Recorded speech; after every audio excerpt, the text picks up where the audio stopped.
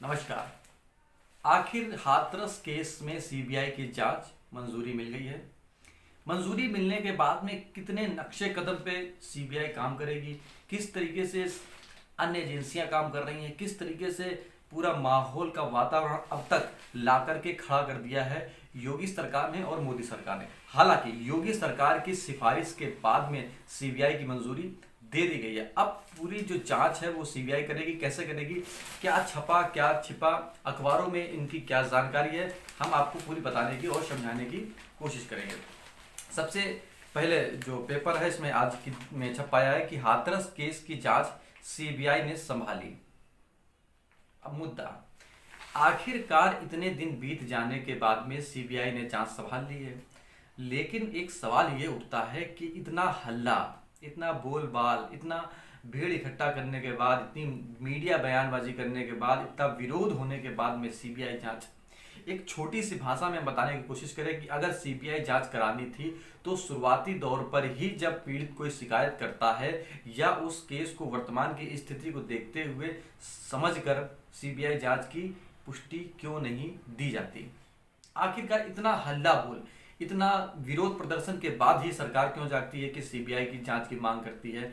यानी कि उसको एक इंतजार रहता है कि ज्यादा से ज्यादा भीड़ होगी, ज्यादा से ज्यादा शोर होगा तो शायद जितना मामला बढ़ता जाएगा तब हम इस सीबीआई की जांच करेंगे। यानी कि मुद्दे से मतलब नहीं है, भीड़ से मतलब है, विरोध से मतलब है कि किसकी जांच करानी है और किसकी जांच नहीं करानी। हालांकि आगे हम इस मुद्दे की बात करेंगे कि आखिर इसमें और क्या छपा है। सीबीआई की जांच इसमें सौंप दी गई है। प्रदेश सरकार ने 3 अक्टूबर को हाथरस कांड की जांच सीबीआई से कराने की सिफारिश की थी। हालांकि योगी नहीं करी थी, जिसके बाद में ये पूरी प्रक्रिया हो पा रही है। इस मामले की जांच गृह सचिव भगवान स्वरूप की अध्यक्षता में गठित एसआईटी कर रही है। जो वर्तमान में जो एसआईटी कर रही थी वो इनकी अध्यक्षता में हो रही है।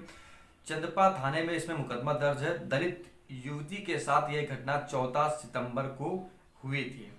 बीते 14 सितंबर की घटना, सीबीआई जांच की मंजूरी। अब कितने दिन बीत गए, आप खुद अंदाजा लगा सकते हैं।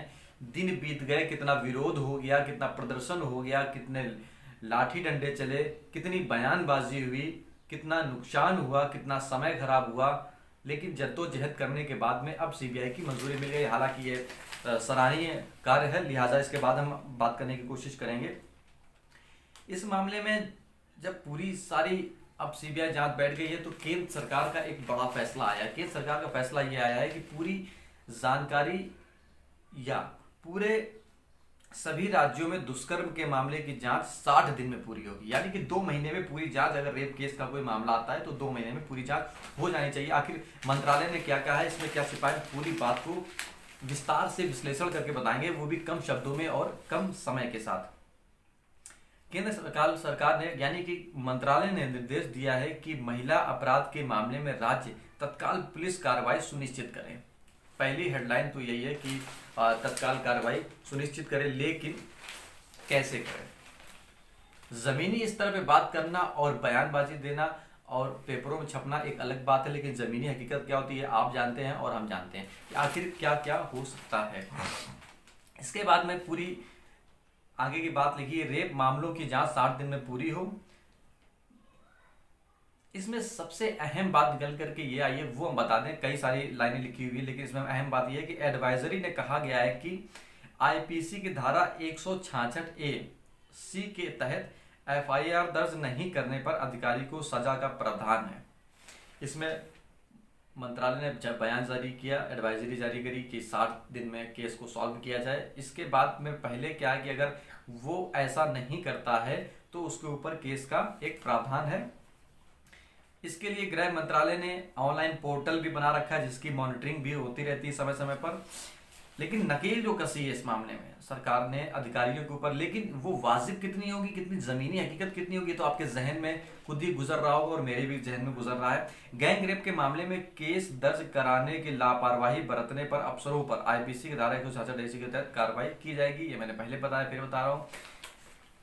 कितनी अहम रखती है ये लाइनें, कितनी अहम कि कार्रवाई होगी, सिर्फ लीपाप होती है। तो योगी सरकार और प्रशासन जानता है और मोदी सरकार जानती है कि ऊपर सत्ता में बैठ करके बातें बोलना और एडवाइजरी जारी करना, कानून बनाना, लेकिन उसको जमीनी हकीकत पर लाना, जमीनी स्तर पर काम करना, ये बखूबी आम जनता ही समझ पाती है। जो थाने में जाती है, थाने में कार्रवाई के लिए बोलती है, पीड़िता अपनी बात रखती है, लेकिन थानाध्यक्ष या थाना का मिला हुआ अधिकारी या थाना के सिपाही या उससे ऊपर के सिपाही या अधिकारी मिल जाते हैं, या तो वो पीड़ित पक्ष के विपरीत में होते हैं या तो आरोपी के पक्ष में खड़े हुए थे कुछ धन के लालच में।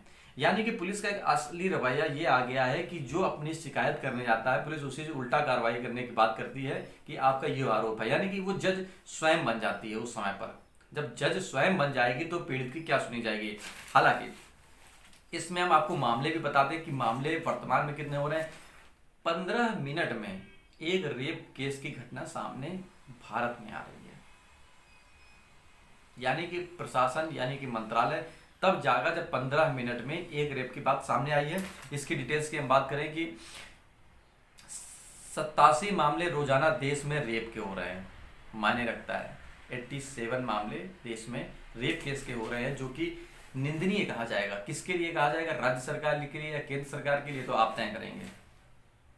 4.05 लाख मामले आए 2019 में, 7.03% बढ़ा महिलाओं से जुड़ा हुआ अपराध 2019 में। यानी कि जो महिलाओं से जुड़ा हुआ अपराध है, साफ तौर पे एजेंसी का नाम है NCRB, इसके तहत 7.03% महिलाओं पर अपराध बढ़ा है। ये हम नहीं कह रहे हैं, ये आप नहीं कह रहे हैं, ये रिपोर्ट कह रही है एजेंसी के द्वारा। कितना छिपाएंगे, कितना छिपाएंगी राज्य सरकारें और केंद्र सरकारें कि आखिर मामले बढ़े हैं। ये मुंह से कहने और करने की बातें नहीं है, ये तो हकीकत में ही रिपोर्ट दिख रही है।